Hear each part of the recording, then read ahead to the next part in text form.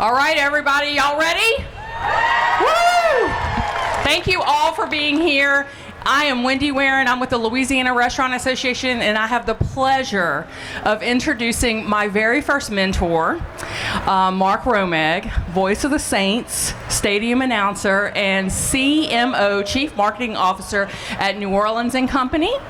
And he is our moderator extraordinaire. So we have him come every year, and last year we had Emerald and EJ, and Mark did a great job facilitating that. And the year before we had Brandon Landry with walk-ons, and this year we're excited to have someone that I will let Mark introduce. So with that, Mark Romeg. Thank you very much, Wendy. How y'all doing? All right. We're going to have fun this afternoon, and we appreciate our very special guest for giving us his time. Now, I have the distinct honor of introducing a true luminary in the world of cuisine. He is not only an award-winning chef, he's also a television personality, an author, and a philanthropist. Ladies and gentlemen, please welcome Aarón Sánchez. Thank you so much. Now, just a little background about Aarón. You know, he started out we all start out as a small kid, but he really started out as a small boy learning what it was like to be in the kitchen. He's best known now for his judge role on two pretty interesting organizational events, TV's MasterChef and MasterChef Junior. Y'all know it? Right. He's also involved in the philanthropy world. I know him really dearly through the Emerald Lagasse Foundation. He has put together the Aarón Sánchez Impact Fund, where he is mentoring, providing human services, and ensuring that Latino youth have the appropriate culinary education and also the life skills to make it in the world as Aarón has made it. His culinary adventures include things like Johnny Sanchez here in New Orleans and Lake Charles. How many of y'all been there? All right, we got some fans here. Showbird in New Orleans and Adobe Cantina at West Virginia University.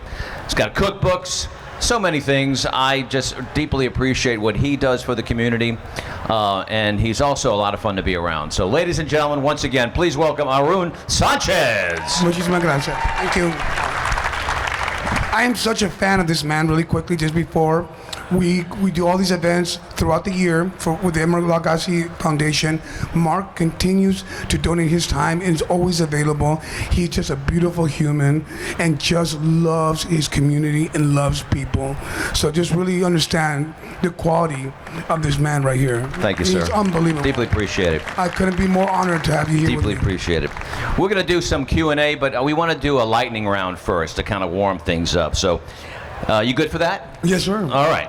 So I'm going to give you a topic, and we'll go pretty quickly here. Okay. What is your favorite meal of all time? My grandmother's arroz con crema, which is poblanos, like this creamy rice, kind of baked like a casserole with corn, rosa poblano, tons of Monterey Jack cheese, and it's just one of these blissful things that you can just have all over and over. And you eat that like at midnight in your underwear, and you sneak down. You know, it's one of those, you know? This might be the answer to the next one. Your last meal on earth, what will it be? It would be something hopefully that my mom would cook for me. I love fideos. It's kind of like this really cool dish that's kind of like a risotto but with like very small pasta, and my mom used to make it for me when I was a kid, and it was alphabet pasta cooked with the roasted tomato jalapeno broth and tons of cheese. So I had that beautiful sort of creamy texture like a risotto, and it was just something that was so sinful and delicious. You could read a recipe to me all day long. Wow. All right, what's your guilty pleasure when it comes to food? My guilty pleasure would have to be something Italian food, pasta. I'm a sucker for truffles, tons of cheese. I love sea urchin. I love it. I love that, like that creamy, off-putting flavor, and that some people don't find very delicious, but I think it's beautiful. I had a dish from a great chef named Anita Lowe in New York City, and she used to make a flan or like a panna cotta with sea urchin and topped with caviar. And it was out of this world. Wow, sounds delicious. All right, here's one. Your favorite cocktail. I might be able to answer this one, but maybe I can. Your favorite cocktail to unwind? Well, first of all, in New Orleans, we've invented so many beautiful cocktails. The Ramon Fizz, Sazerac. You know, we can go down the list. You know, I think wasn't this French 75 here as well. But for me, I'm a mezcal guy. So I love a margarita with great tequila and just topped with a little bit of great mezcal on top, like a smoky floater. That's Betty time. You Okay. have good dreams. All right, we're going to get a little bit more personal here. Yes, sir. Your favorite tattoo of the tattoos you have? Well, And can you show it to us? you know, it's if you have OnlyFans, no. No. I charge for that kind of stuff. Okay. We are No, G-rated today. No, I'm just joking. I have a great one here. This is my grandmother, Aida Gabilondo. So if you come to Johnny Sanchez, our restaurant, we have a beautiful mural. And we're really proud to say that you would never go to another restaurant and find that. You can't pick this out of a book or anything because it's all tattoos that I have on my body that are personally catered to me, that represent my family, my culture, my faith, all of those beautiful things. But this one right here is very special. This is my grandmother, Aida Gabilondo. So I'm a 3-generation cookbook author. My grandmother grew up in a cattle ranch in northern Mexico, and she cooked everything from scratch. There were 4 hours to the closest town, and we had like a little private, like a little, you know, like an air strip that we'd have to go in and take like a little Cessna to get things and stuff. But she was just an amazing cook, and she wrote a book in 1986 called Mexican Family Cooking. And then my mom ended up being like the doyen of Mexican food in New York City for 30 years, and she wrote 3 cookbooks. I've written 3, so I come from a long legacy of cookbook authors and cooks. And then it says down here, Escuela Vieja, which means old school. So this is my favorite tattoo, All right. my grandmother. And they're close to your cooking hand. Exactly. Yeah, well, I'm actually a lefty, but this is always here. This is always here. So. All right, 5 top songs. What are your 5 favorite songs? Oh my God! I mean, well, I love mariachi music, but I love Lionel Richie's "Lady." You're my night and shining armor, and I love you. I love that one. I love Alejandro Fernandez's "Abrázame", como esta noche fue la primera vez. Like that one. I love Bon Jovi's "Wanted Dead or Alive," believe it or not. Like super, like just rock it out. What else? Okay, that's 3. I'm just a cheeseball too, so I love like anything with Journey. You know what I mean? So yeah, "Open Arms" is like the one that gets you, Oh, yeah, right? I love That's that. always a Love good that. one. And then anything with Janet Jackson. I have like a huge crush on Janet Jackson because she married a Mexican guy. So I was like, and the fact that she's out here still touring is freaking amazing. So Yeah. I just all Put on a great show this past year at she Essence. did, absolutely she did. So Right here in this building. Or she appeared back there for yeah, that building over to the absolutely. Caesar Superdome. Okay, if you only could cook with one spice, what spice would that be? well, it'd have to be chipotle. Chipotle and adobo. Well, it's more like a chili. It's not necessarily a spice, but I encourage everybody, if you guys have spice cupboards, when's the last time anybody you guys changed out your spices? Busted, all of y'all, right? You got things that are fermenting. You got a recipe for fenugreek, and you never damn used the thing, and you spent all this money. So I encourage everybody to like buy whole spices, which have a longer shelf life, toast them yourself, and then grind them yourself. When you buy ground spices, they have a look. You don't know when those things will grind. Toast them and then make your own spice blends. So hopefully you clean out your house like a good cleansing 4 times a year. Hopefully you don't have a funky house, but also clean out your funky spices and then start again. Oh, that's great. All right, let's go ahead and get a little serious now and delve deeper into your remarkable journey and insights. What are some of the key lessons you learned from your mother, Zarela Martinez, that you have carried on into your own culinary career? Well, there's so many. So I have the privilege of my mom being my mentor and being a source of inspiration, but also, you know, she was always saying, "I'm not your friend, I'm your mother. When you start paying your own bills and you're at my house, then you're my friend." You know what I mean? Like those kind of old school ways of doing it. But she always had, develop your own style. Make sure when you cook a dish and someone comes and eats it and they know that's an Aarón Sánchez dish. So always have a beautiful mix on your menu of things that everybody likes. Like when we opened Johnny Sanchez, I completely detested queso dip because that's like a gringo thing. No offense. We have queso fundido, like a big cheese, but not queso dip. And then my partners who are here, Drew Mir and Miles Landrum and all the people that I love and care about, they convinced me that the queso dip is the way to go. So now, queso dips on the You sell a lot of queso dip, huh? Absolutely, and it's the best seller. So, yeah, you just kind of have to be. You have to be very flexible, very versatile when it comes with your menu. And my mom instilled that in me.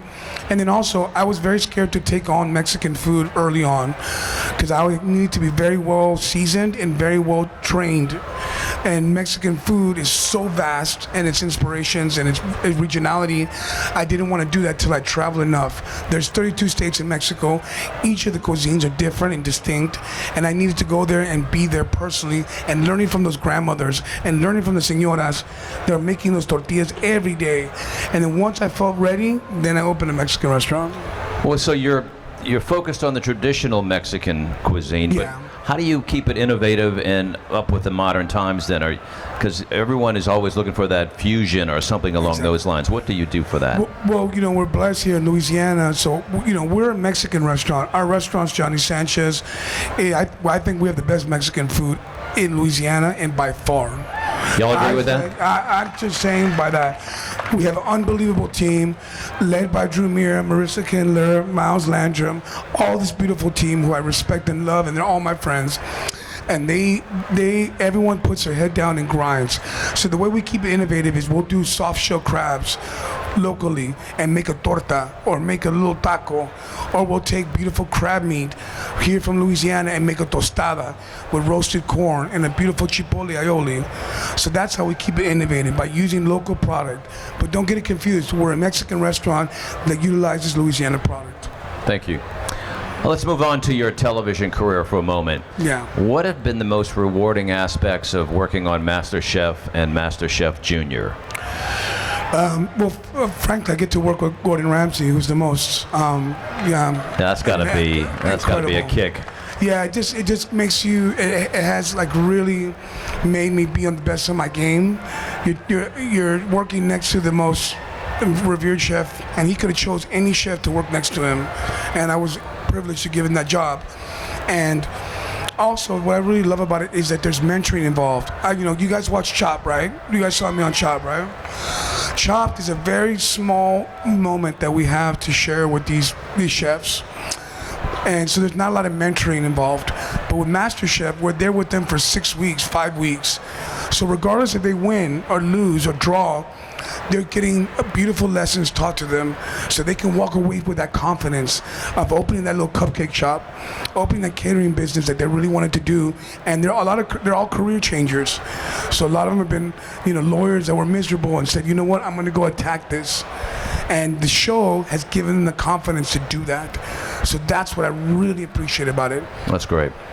So you're doing the television shows, and you certainly are taking a lot from that into your daily operations. How has that influenced the way you run your restaurants and how you connect with the audiences? Yeah, first of all, I know when it's time to step back in a restaurant. If I'm not there every day, which could, sadly I travel quite a bit. I'm out there promoting the restaurant. I'm inspiring the menu with our chefs and our team. So a big way that I do that is I come in, we collaborate. And they have to have autonomy. They have to be able to. The team has to be able to do their thing. I don't say my team. I say our team, and it's very much like that.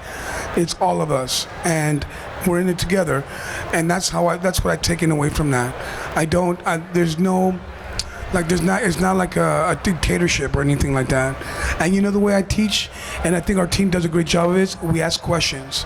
We say, tell me you think that fish is brown well enough. You think that sauce needs to reduce a little bit more? And now we're having a conversation and questioning as opposed to me saying, do that, do this. Now we're talking and we're having a conversation that's going to lead to great results. You know what I'm saying? Yeah. That's the way you should teach. And also, you should never put out ads for a cook or a sous chef. If that dishwasher doesn't want to be a prep cook, and that prep cook doesn't want to be a cook, and that cook doesn't want to be a sous chef, then we're not creating an environment for growth, right? So you have to have that environment where everybody wants to be better and strive to that next level and that next position. It's easier. It's a shimmy. It's easier said than done, but it doesn't happen very often. Well, how do you ensure that consistency then with New Orleans operations, Lake Charles operations? Are you testing? How are you going back and forth to ensure that quality? Well, we try, as restaurant people, we try to say, look, we can have a restaurant that's either a 4-hour drive or a 1-hour flight. That way we can watch the store and just be there as much as we can. We try not to have restaurants that are far away that we can't be there and really monitor them. This weekend we're coming to Lake Charles to our restaurant to do an event and just kind of do it, a sort of a spot check, if you will. And so just kind of keep everything close. What would you tell someone about the challenges of opening up a new restaurant? What are those things you have faced and the things you look for? Do you have about like 3 hours? I can tell you, Mark. It's not the most glamorous life, and I can tell you now. So what we do with philanthropy is, we're setting up our youth for opportunities to be leaders, Latino youth to be leaders, right? And I know we're going to get to that conversation, but I think the most important thing you can do is, if you want to open a restaurant, is back when I started, you would get a restaurant handed down to you, meaning there was a fledgling restaurant and they had a 10-year lease. They did 1 year. You come in and give them something called key money for FF&E, furniture, fixtures, and equipment. And you would say, look, I'll assume your lease, I'll give you this money, but I'm taking over, right? And if you were able to do that, you had a fighting chance because you had all of the nuts and bolts, the bones of that restaurant already there. Instead of starting with a white box and then building everything from scratch, which costs so much money. So that's it. And another one would be like, if you go to open your own restaurant, try to search for a 15-year lease. Why? Because normally the investment you make will take about 3 to 5 years to pay back that initial investment. So when you have another 10 years behind that lease, you have 10 years of gravy. So you can make money. So that's why that's key to doing that 15-year lease, What about the employees? The employees are everything. We have to create an environment where everybody feels like there's communication. You can go to any of our leadership, anybody that's, at that level, and have an open conversation about anything that you feel uncomfortable with. If you're not feeling you're getting the opportunity, all of that. We take our sous chefs, because I do a lot of events, all over, and we bring our sous chefs, our managers on these trips, and they're like considered a little bit of a gift, like a little opportunity to learn more, because you're gonna go do this event with all these other incredible chefs. You're gonna be really close to them. You're gonna just learn from them, and all of that is just, for me, a beautiful opportunity. Because when I started out, I didn't have any of that. We just didn't do that back in the day. Mentorship, as you have, we'll talk about that in a little while, but that's big, and I know that's important as you grow your employee base. Yeah. All right, so you wrote a memoir, Yes. Where I Come From, Life Lessons from a Latino Chef. What inspired you to write, and what do you hope readers take away from the book?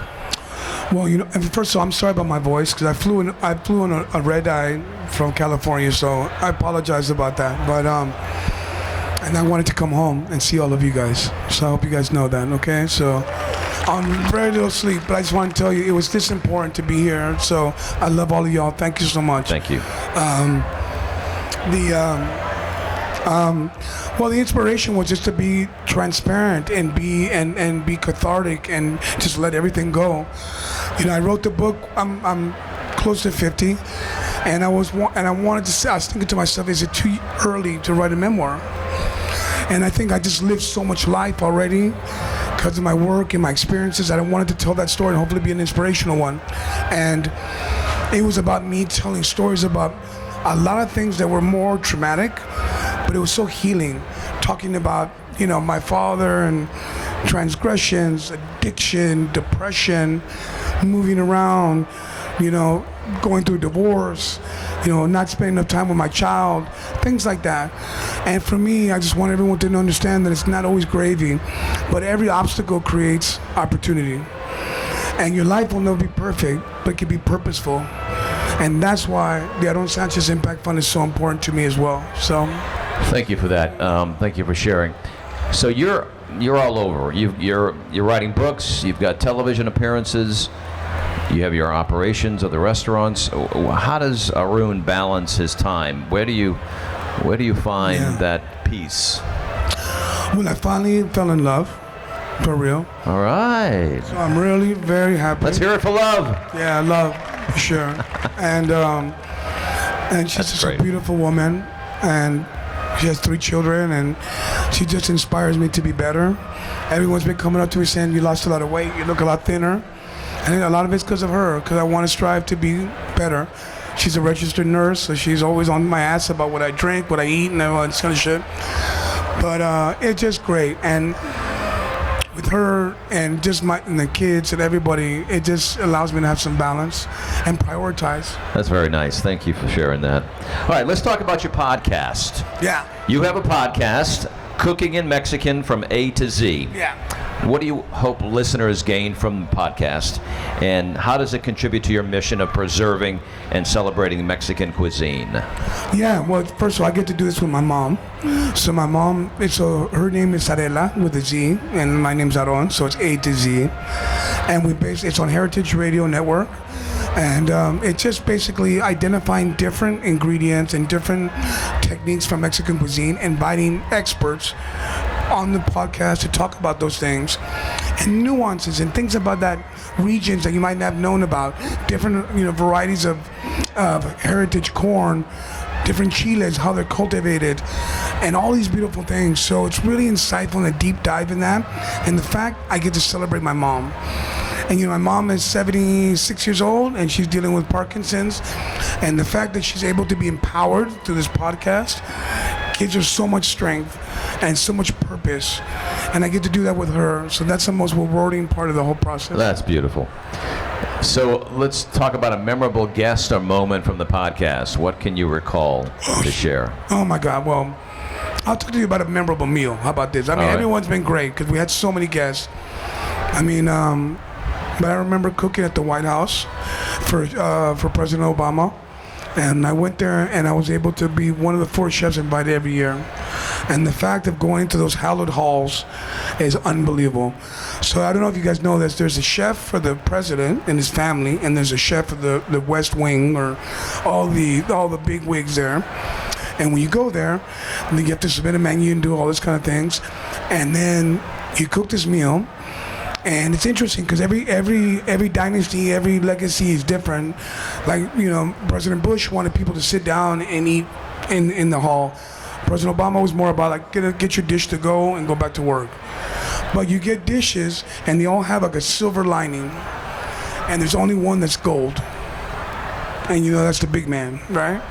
So I imagine I'm cooking the most important dish in my life, and you see that gold one come, and all these people just come on top of you and be like, and like taste every element and watch my hands, and to get that compliment that it was delicious and it came back clean, I was like, orale. That was neat. They tasted his food before he ate it as well? I'm sorry? Did they taste his food before he ate it? Yeah, absolutely. No, yeah, well, it tastes all the elements, yeah. All right, very good. All right, a little philanthropy. So you have a magnificent scholarship, the Aarón Sánchez Scholarship. So important to the community and to the communities that you serve. Can you share a success story from one of the recipients? He's here. There's so many. I mean, first of all, I want to acknowledge Jennifer Killian right here. She's the director of Aarón Sánchez. Stand up, Jen. Director right here. Let everybody see you. And this young lady has been able to transform what started from a young idea in 2016, 17, around there. And I did it very grassroots, but just calling on chef friends and people that had money. And we raised some cash and sent kids to culinary school in New York City that came at a very high price, $60,000 to put on these kids. And I did it really by myself, just with this love and this passion to make sure that Latino kids had opportunities. Because I remember when I started cooking, there was a bunch of Latino guys working in the kitchen, and people that were leading the show weren't. And I didn't want the lack of education to be the crutch. So that's why I really started it. And since then, I mean, how many, Jen? Like almost 20 kids? I'm 50. So we've gone ahead and just really went full steam ahead and graduate all these beautiful kids. We always do 2 ladies, 2 men from all different backgrounds, from all over the country, and it's just been such a rewarding experience. Our youth is our most valuable commodity, and we have to treasure that. So please find out more information about what we do, because I think it'd be really rewarding. Beautiful work. Advice would you give to restaurant owners and operators who want to inculcate philanthropic efforts into their operations like you have done? Yeah, I mean, there's many different ways. I mean, first of all, you can reach out to us, and we'd love to place one of our kids in your restaurants and whatever you guys are doing, and I would love that. I think it's very important to be able to distinguish all the different layers and levels of restaurant, not necessarily restaurant, but hospitality and culinary opportunities. You can be a personal chef. You can be a caterer. You can be a recipe developer, a TV culinary producer. So there's many ways to cultivate your love for food. And I think the pressure is to come into the restaurants. Excuse me. I think the pressure is to come into restaurants. And it's a very tough business. But just be open to all the different opportunities that are available in the restaurant and the culinary world. And that would be my suggestion. Yeah, and also we could plug the Louisiana Restaurant Association Absolutely. Education Foundation. Absolutely. Very much involved, particularly the Pro Start program. And also the Emeril Lagasse Foundation is very much involved in culinary education, particularly for young people. Absolutely, not just that, and it's just not necessarily about the educational piece. It's about seed money, like identifying businesses that need help. You know, going in there and putting a new kitchen into already an existing restaurant that need help and need assistance. Chef Emeril and I going in there and maybe doing a cooking seminar for the chefs and teaching them new dishes, new techniques, food safety, all of these things, how to manage a payroll, all these things is what we provide. And that's what makes the Emeril Lagasse Foundation so special, and we're so blessed to be housed within this beautiful house. You know, as a mentor, you inspire so many young people who are looking to make this their career. What are you looking for in a mentee? What qualities are you looking for in that young person that strikes you as someone that can do it? Great question, Mark. And you know, and Miss Jennifer will tell you if you guys want to engage with her later. But our interview process is very extensive. It's like pages and pages. We ask for recommendations. We ask for a lot of different things. But we look for attitude first of all, willing to learn, be a great student, and just really absorb and ask questions. And leave your ego at the door, all those kind of things. You know, if you're able to do that, you'll be identified really quickly. Most people in restaurants do the bare minimum, 90%. They check in at 9 or leave at 5, but if you come in 30, 40 minutes before, spend another hour later than you're supposed to, you'll be identified quickly and you will move up fast. Trust me, because chefs and we as restaurant owners look for that. And we're hungry for leaders. We're hungry for that. You know, it's like get there first and stay last, right? Exactly. Yeah. And don't bitch about it. And there's also that great saying, you know, from Muhammad Ali, one of my heroes. It says, "Service to others is the rent you pay for your time here on earth," right? So that's what you need to think about: helping others and making sure that they're taken care of. You know, and yeah, and then. That great saying goes, discipline is doing something that you hate, but you act like you love it. You know what I'm saying? So that's really cool. So if you're able to do that, then you'll be successful. Thank you. All right, let's look to the future for a moment. Yes, sir. Looking ahead, what upcoming projects or ventures are you most excited about, and how do they align with your mission of uplifting Latino youth through food? Yeah, well, so I'm a co-owner of a production company called Cocina, where we produce content for the Latino community. I'm currently doing something with Pepsi, which is a beautiful project called Talking Sabor, where I kind of interview Latino celebrities in a car, kind of like, you know, the little Jerry Seinfeld coffee in the car deal. And we're getting to it's really cool. Excuse me. And so that really aligns with just kind of, you know, identifying Latino celebrities that can help this project of just uplifting. I got to stop you. Give us a list of those celebrities that you really want to see in the car with you. Well, I'm good friends with Alejandro. I'm really good friends with Oscar de la Hoya. Alejandro Fernandez. Jennifer Lopez. No, Mario Lopez. Mario Lopez is a friend. Mario Lopez. Who else? Eva Longoria is a Eva dear friend. Longoria. Yeah, so a lot of really cool friends that are just making moves. Roxy Diaz, That's great. Yeah, so really special people that I think. Do you need a everyone- driver? Because I'm happy to You drive. know? But people are fans of mine, but I'm a fan of other people. Like I when I see somebody I admire, I run to them. I'm like that dork. Like I remember I was having dinner in LA, and I see these beautiful like Amazonic women, and they kind of come in there, and this woman just like taps me on the shoulder. She goes, "I love what you do." And my table, my family that I was with, they were frozen. They're like, I'm like, "What's the big deal?" They're like, "Knucklehead, that was Charlize Theron, bro." Like. Completely fanning about me, dude. I'm like a knucklehead. I run to the back with my phone open, like to take a photo, like people do with me, and I'm like, "I love you. I love you." Wow. You have to be a fan to have fans. I That's guess, right. You know what I mean? And you're humble about it too, which is great. All right. course. What's the next big trend in the culinary world for you? I think it's going to be regionality. I think people are going to take, restaurants are going to open up. They're going to have specific focuses on different regions. So if it's Italian, I think you're going to find, places like they're going to focus just on porchetta. You're going to find things like, in Mexico, they're just going to focus on mole. I think people have a surface knowledge of all these cuisines, and I think they're hungry to do a deeper dive. And I think that's what's going to happen. Very good. It's not one of our questions we were going to talk about, but I got to know you through the Emeril Lagasse Foundation. What is it that you and Emeril have in common that draw both of y'all together? I think we just have a love for food. I have so much respect for him.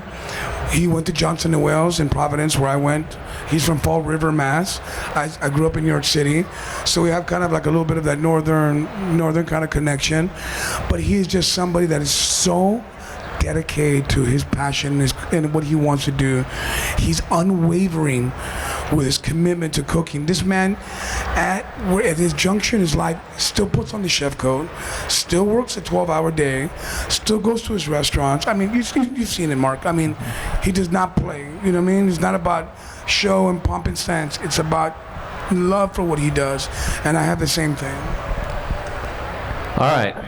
Before we wrap up, let's have a little more fun. Yes, okay? It's going to do a lightning round again. This will give us a glimpse into your personal preferences. Oh, God. You ready? All right. No. International locations, Tokyo or Paris? Paris. Great Olympics right now. No, right? let me just tell you, I didn't think I was going to. The only problem with France is filled with French people. You know what I mean? And that's the only problem. But other than that, it's just epic. I've never been to a place where you just can sit in a cafe and just lose the day and just people watch. Everyone looks awesome, dressed well. And I love that about New Orleans. We're always dressed very well in the city, and we have fantastic manners. I'm not saying that the French do, but they look great. Very good. Master Chef or Master Chef Junior? The junior. I'm a dad. I have a 13-year-old, and to see those kids, man. I don't know if you guys watch me, but they look at me like I'm like a caricature. I'm all tattooed. I'm always cracking jokes, and they're like, "Dude, you're kind of weird, but I like you." You know what I mean? So the kids for sure. Street food or fine dining? Oh my God, I love both. I mean, You can take both. yeah, I think both. I mean, I just right now, and it's very interesting. We talked about this with my business partners. Is that there's a lot of people that are kind of like dumbing down fine cuisine, and I encourage all of you guys to spend that money because you have no idea how much work goes into it. Our current chef is a chef de cuisine under my partner Miles Landrum, but under him is a guy named Ross Dover, who comes from August. Work with John Bash, understands fine cuisine. So it's like I hope everybody dedicates that time to supporting these fine restaurants because there's so much work that goes into it. You know what I mean? And we can't lose that love for finer things. You know what I mean? So Okay. Next one is spicy or mild? spicy. Oh, I Come on, figured bro. that was an easy one. Man. Cooking at home or dining out? Cooking at home. All right. Here's one. This is it. Mexican cuisine or Italian cuisine? That was written right here. I No, had to but ask. yeah, exactly. It's an interesting one though, because I really eat Mexican food unless my family cooks it. But I love Italian cuisine because it's one of my guilty pleasures. I love to make pasta by hand.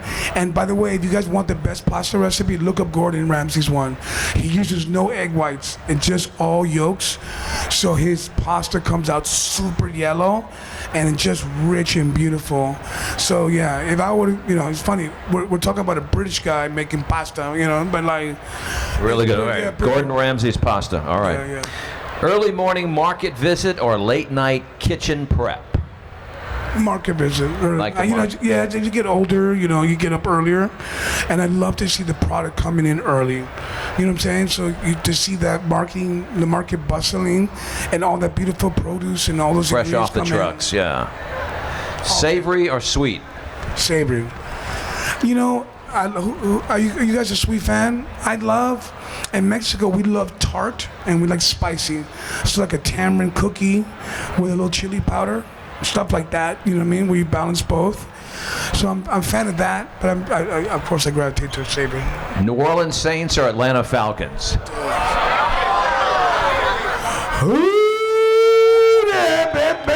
Touchdown, Aarón! Let me tell you, I've been a New Orleans Saints fan since 1990 when I came here to work with the beautiful Shep Dome. And I remember that was the year that we had the Dome Patrol. And I think it was the first time we sent 4 linebackers, the first time ever to the Pro Bowl. The great Ricky Jackson, Pat Swilling, Sam Mills, and Bon Johnson. I never forgot. I have no idea. I'm a diehard Saint fan. I've gone everywhere in this damn country to watch them play. How do you think we're going to do this year?